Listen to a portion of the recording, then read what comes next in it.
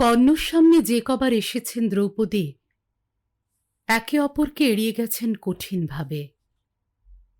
এই এড়িয়ে যাওয়া অন্তঃস্থলের গভীর এক ক্ষতকে কিছুতেই ভরতে দেয় না।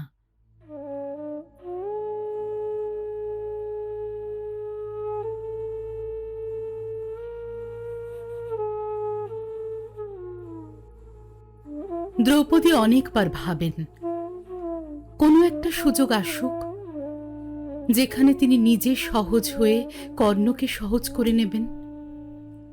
সুযোগ এলো। ধৃতরাষ্ট্রের পাশা খেলার আমন্ত্রণে সাড়া দিয়ে যুধিষ্ঠির তার সমস্ত পরিবার এবং অন্তঃপুরিকাদের সঙ্গে নিয়ে ইন্দ্রপ্রস্থ থেকে এলেন হস্তিনাপুরে। তাদের আগমন উদযাপনে ভোজের আয়োজনে আমন্ত্রিতদের মধ্যে ছিলেন কর্ণ। দ্রৌপদী সেদিন নিজেকে সাজিয়েছেন ছবির মতো। কালো মেঘের গায়ে সাদা পদ্মের মতো তার আঁচল জড়িয়ে আছে পেলব শরীর। চুলের ভাঁজে ভাঁজে লুকিয়ে থাকা স্বর্ণচাপার গন্ধ ঘিরে নিচ্ছে চলার পথ। দেহের মণিমাণিক্য ম্লান হয়ে যাচ্ছে সেই বিদ্যুৎলতার অতুল সৌন্দর্যের কাছে। দ্রৌপদীর উপস্থিতি আপন মহিমায় রূপ লাবণ্যে সমুজ্জ্বল। হঠাৎই কর্ণ এলেন তার অভিবাদন জানাতে। প্রস্তুত ছিলেন না দ্রৌপদী, আবারও সেই একই ভুল করলেন। কর্ণের কুশল প্রশ্নকে কঠিনভাবে উপেক্ষা করে সরে গেলেন সেখান থেকে। কর্ণ দাঁড়িয়ে রইলেন অপমানিত, অপ্রস্তুত। গত দুটি দিন দ্রৌপদী অসম্ভব অন্যমনস্ক। অন্তরের ক্ষতটি রক্তক্ষরণ বড় বেশি প্রবল হয়ে উঠেছে। কেন এমন করলেন তিনি?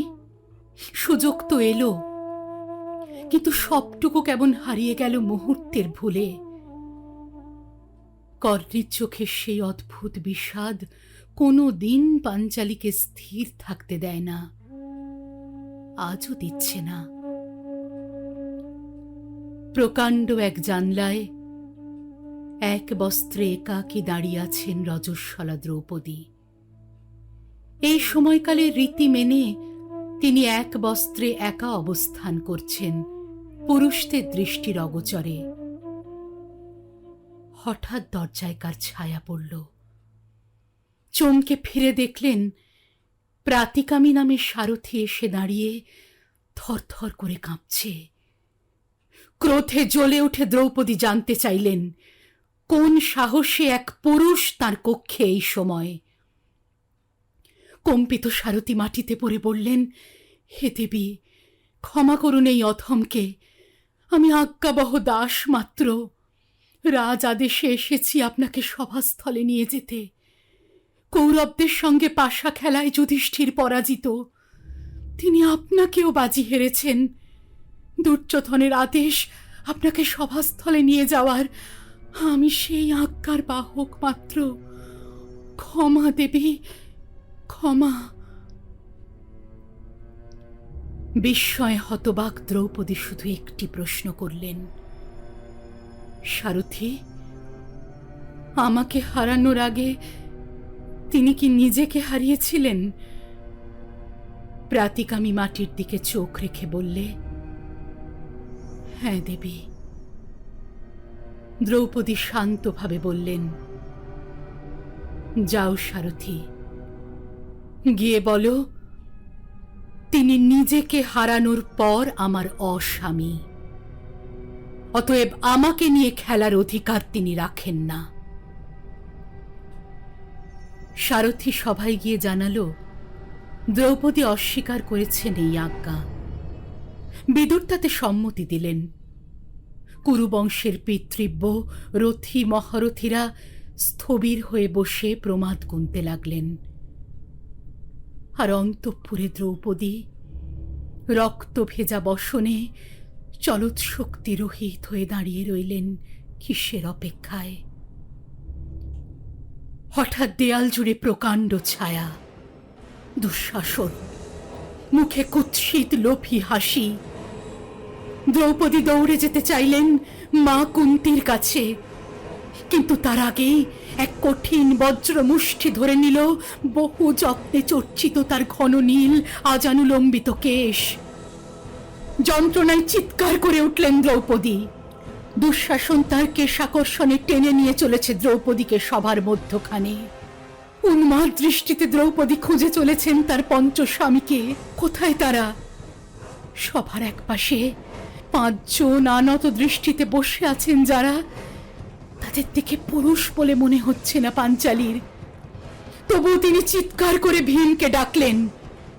ভীম উঠে দাঁড়াতে গেলে যুধিষ্ঠির তাকে বললেন, স্তব্ধ হও ভীম, ভুলে যেও না আমি তোমাকে অন্য ভ্রাতাদের সঙ্গে হেরেছি। তুমি এখন আমাদেরই মতো দুর্যোধনের দাস, তাই পাঞ্চালী রক্ষার অধিকার তোমার নেই। রজস্বলা রক্তে ভেজা একবস্ত্রা দ্রৌপদী কুরুসভায় পুরুষ খুঁজে ফিরলেন। কারা বসে আছে এরা? নির্বাক নিথর পুরুষ দেহে কাপুরুষের দল। ভীষ্ম, দ্রোণ, কৃপ, বিদুর, ধৃতরাষ্ট্র, রথী, মহারথী, আর এই দাসীকে বিবস্ত্র করো। চমকে উঠে ফিরে তাকালেন দ্রৌপদী। মুখ থেকে এক অস্পষ্ট আর্তনাদ বেরিয়ে এলো। কর্ণ, তুমিও? দুঃশাসন আঁচল ধরে টানতে শুরু করলো, আর দুর্যোধন তার উন্মুক্ত করে অপেক্ষা করতে লাগলো বিবস্ত্র দ্রৌপদীকে কোলে টানার। লজ্জায়, ঘৃণায়, যন্ত্রণায় চোখ বন্ধ করে এক খণ্ড কাপড় বুকের কাছে আঁকড়ে কৃষ্ণা স্মরণ করতে লাগলেন তার চিরসখাকে। কোথায় তুমি কৃষ্ণ? আমার এই চরমতম মুহূর্তে তুমিও কি অন্ধ, বধির, মুখ হয়ে তোমার এই কৃষ্ণার অপমান দেখবে? আমি পুরুষের ঘর করি না কৃষ্ণ। আজ এই সভায় ভুলুণ্ঠিত নির্যাতিত পাঞ্চালী এই ভয়ানক সত্যটি জেনেছে। তাই আমার শেষ আশ্রয় তোমার দিকে হাত বাড়িয়ে বলছি, রক্ষা করো হে পুরুষোত্তম।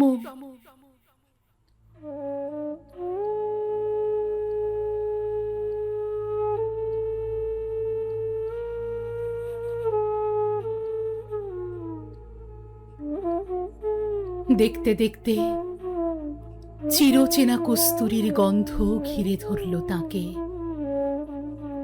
অন্তরের ঈশ্বর বললেন, মুঠো আলগা করে দাও কৃষ্ণা, নিজেকে নিবেদন করো পরমের আলিঙ্গনে।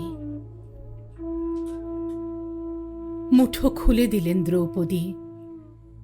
শেষ বস্ত্রটুকু ছেড়ে দুহাত তুলে দিলেন কৃষ্ণের উদ্দেশ্যে। কৃষ্ণ ধর্মকে আদেশ করলেন দ্রৌপদীকে জড়িয়ে নিতে। দ্রৌপদী চোখ খুললেন, দেখলেন কাপড়ের স্তূপে দুঃশাসন পড়ে আছে বিস্মিত, পরিশ্রান্ত, আর তার নিজ দেহ আগের মতোই বস্ত্রে আবৃত। বুঝলেন কৃষ্ণ তাকে রক্ষা করেছেন।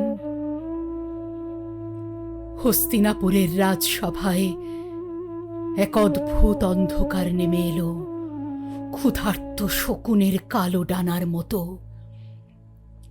অমঙ্গল তার তীব্র চিৎকারে জানালো ধ্বংস আসন্ন। শুধু দ্রৌপদী উঠে দাঁড়ালেন আগুনের মতো তীব্র, সর্বগ্রাসী হয়ে। তার দেহের প্রতিটি রোমকূপে স্ফুলিঙ্গের বিচ্ছুরণে শত শত আগুনের পাখি ডানা ঝাপটাতে লাগল। রক্ত নয়নে তিনি ঘুরে তাকালেন ভীমের দিকে। কম্পিত হাতে নিজের আলুলায়িত কেশ এগিয়ে দিলেন। সিংহ গর্জনে ভীম উঠে দাঁড়ালেন। যুধিষ্ঠিরকে বললেন, আপনি যদি আমার অগ্রজ না হতেন আজ আপনাকে হত্যা করতাম। তারপর পাঞ্চালীর দিকে ফিরে দাঁড়িয়ে আকাশ বিদীর্ণ গর্জনে শপথ করলেন, যে দুর্মতি তোমার মেঘের মতো কেশকে অপমান করেছে দ্রৌপদী, আমি ভীম সেই দুঃশাসনের বুকের রক্তে তোমার কেশ ধুয়ে তাকে কলঙ্ক মুক্ত করব। মহাভারতের শ্লোক বলে, দ্রৌপদী অসহায়ভাবে কাঁদতে কাঁদতে বিলাপ করতে করতে রাজসভায় রাজধর্ম ও প্রবীণদের কর্তব্যের প্রশ্ন তুলেছিলেন। ধৃতরাষ্ট্রের বরে তিনি তার স্বামীদের মুক্ত করেছিলেন এবং হৃত গৌরব ফিরে পেয়েছিলেন।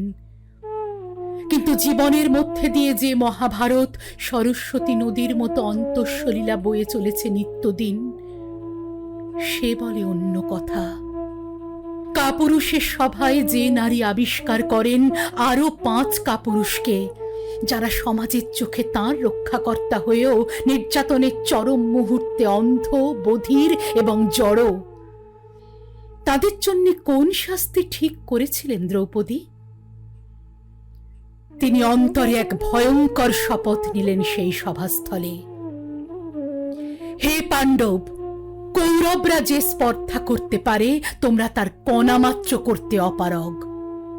হস্তিনাপুরের রাজসভায় পঞ্চস্বামীর উপস্থিতিতেও আমার মতো অনাথা আর কেউ নেই। যে অগ্নি আমায় জন্ম দিয়েছেন তাকে সাক্ষী রেখে আমি দ্রৌপদী শপথ নিলাম, আমি তোমাদেরও অনাথ করব এক এক করে। নিজ হাতে তোমরা তোমাদের অভিভাবকদের, পিতৃব্যদের হত্যা করবে সেই ভয়ঙ্কর যুদ্ধে। যে যুদ্ধ ঘনিয়ে তুলবে আমার জটাজালে আবদ্ধ এলোকেশ, আমার অপমানিত নারী সত্তা, আমার ধ্বংসের ক্ষুধা। প্রতিনিয়ত ছায়ার মতো আমি অনুসরণ করব তোমাদের, আর কানে কানে আউড়ে যাব ধ্বংসের বীজ মন্ত্র। এই মন্ত্র আমি পুঁতে দিয়ে যাব ভারতবর্ষের মাটিতে।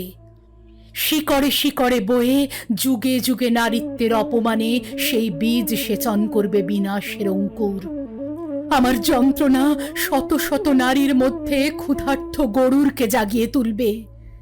সেই ক্ষুধা শিকারীর মুখ থেকে শিকার ছিনিয়ে নিতে শিখবে। সেই ক্ষুধা প্রতিক্ষণ যুদ্ধের দামামা বাজাবে। সেই যুদ্ধ ধর্মযুদ্ধ বলে জানবে জগৎবাসী। যুগে যুগে তার মধ্যভাগে দাঁড়িয়ে থাকবো আমি, একবস্ত্রা, রজস্বলা দ্রৌপদী, একমাত্র ঈশ্বর যাকে রক্ষা করার মান পেয়েছেন। সময় আসছে পাণ্ডব, যুদ্ধের প্রস্তুতি শুরু করো।